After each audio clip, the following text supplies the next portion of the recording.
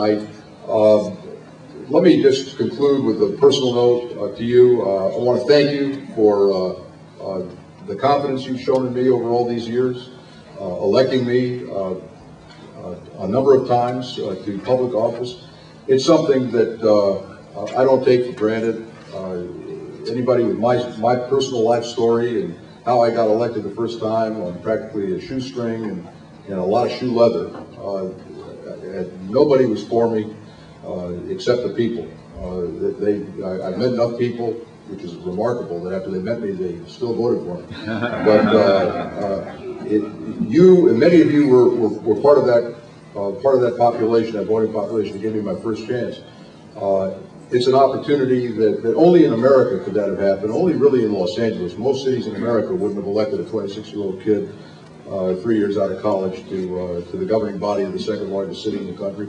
And then you've given me the opportunity that has been so, for me, thrilling and rewarding in so many ways, sometimes frustrating, but largely rewarding, to serve on the Board of Supervisors of the County of Los Angeles, dealing with issues of transportation and health care and child welfare and welfare, public health and the arts and the Disney Concert Hall and the County Museum of Art and the new CSUN Center for the Performing Arts is being built with a partnership with the county. There isn't a day that goes by when there aren't a half a dozen issues that come totally varying subjects that come across my desk. It's the most exciting local government job I could imagine. And you've given me that opportunity. I want to thank you for it and look forward to continuing to represent you.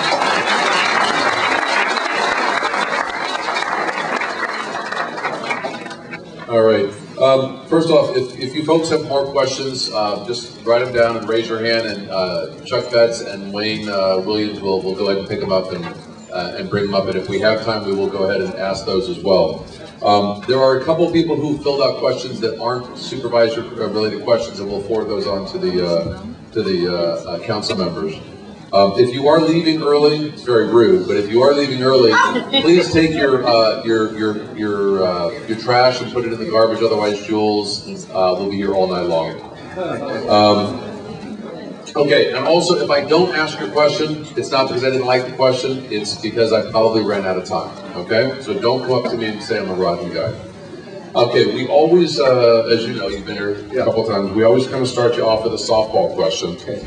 So the first one is, the first softball question is, in light of California having term limits for its legislators and considering the strong power of incumbency, don't you think it would be more appropriate and positive for these limits to be applied for a county supervisor? We do have limits for county supervisor. And they were approved, about 6-7 years ago. 3 term limits. Limits of 3 terms on supervisors. They were prospective, so it was the settlement we had with the proponents of the initiative because of constitutional issues, but that's it. I have 1 more term, and hey, it'll be plenty. If you'll have me for 1 more term, I'll do it.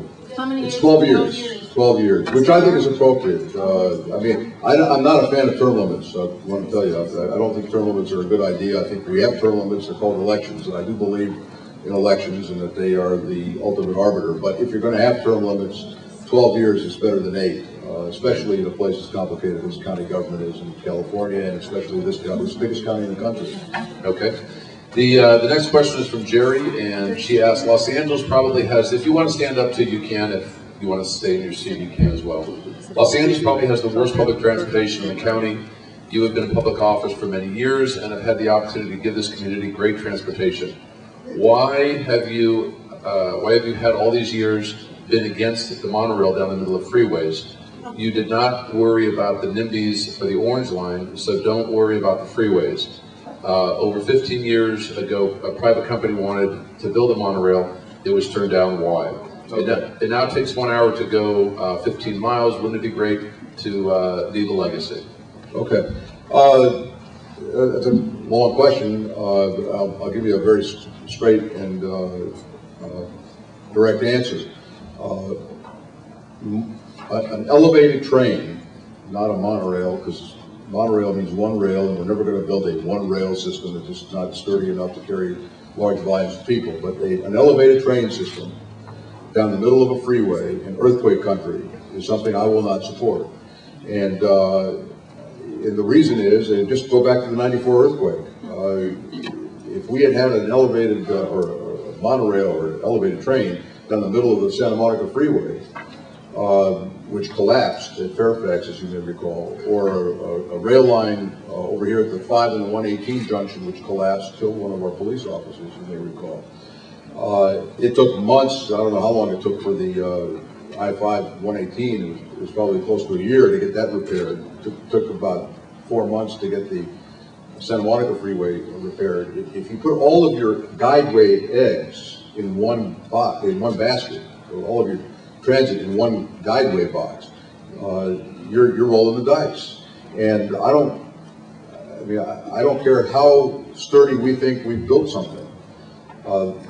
We have seen time and again bridges collapse because there's always another earthquake that is, or another event that is more jolting than the last one, and so you end up with a collapsed freeway. So, for example, if the Metro link that connects Santa Clarita and the Antelope Valley with civilization over here, if that had been on the 5 freeway, the people of the Antelope Valley and Santa Clarita would have had to go through Barstow, or Victorville, not Barstow, to get to the city of Los Angeles, because that was the only way you could get here. San Fernando Road, I guess, would be the other way. The train would have been shut down. So, in a sense, this is one reason. There's a second reason that I oppose it, and I'll tell you what that is in a second. But in a sense, you want to spread your assets so that if one goes down, you still have the other one. And we have seen the wisdom of that approach several times in my professional lifetime, in my public office lifetime. Second thing is that when my good friend Mike Antonovich proposed the monorail down the rail down the middle of the Ventura Freeway, it was going to be privately done. And when it's privately done, in order to finance it, the price per ride for you, if you wanted to use it, would have been prohibitive. They were talking about $12 a ride, $9 a ride. Depending on how far you went. It wasn't going to be $1.25, $1.50, or $2 like it is in New York, because a private company can't subsidize its business. It's got to make a profit, or it doesn't stay in business. The government subsidizes public transportation. Every major transit system in the world is heavily subsidized. Even the ones in Hong Kong or Paris or London, where you have high density and huge ridership, it's subsidized. You don't want to discourage people from using public transportation because of high prices. You want to encourage them to use it through low prices and effectiveness. So that's the second reason. So when we talk about the rail line down to Ventura Boulevard, it was going to be, and there were people lobbying for it, but private contractors who were lobbying for it because they saw the way to make a big killing. So our challenge in transportation in Los Angeles is complicated. Because we are so big, we have sprawl. We've invented the term sprawl. Suburban is a term that was invented largely here in Southern California. And the best way I could describe it is to describe the challenge, and I think I've used this analogy here before, and I'll use it again.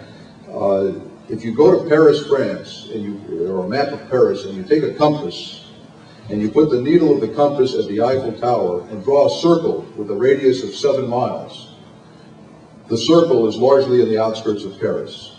If you go to Big Ben in London and put the compass needle at Big Ben and draw a radius of 7 miles, circle with a radius of 7 miles, you're in the outer parts of London.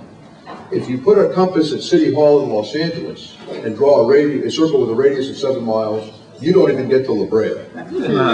So that's another way of saying for every $100 million or $300 million you spend, because a subway is $300 million a mile, you reach many more people in New York or Washington or Hong Kong or Paris or London than you do in Los Angeles.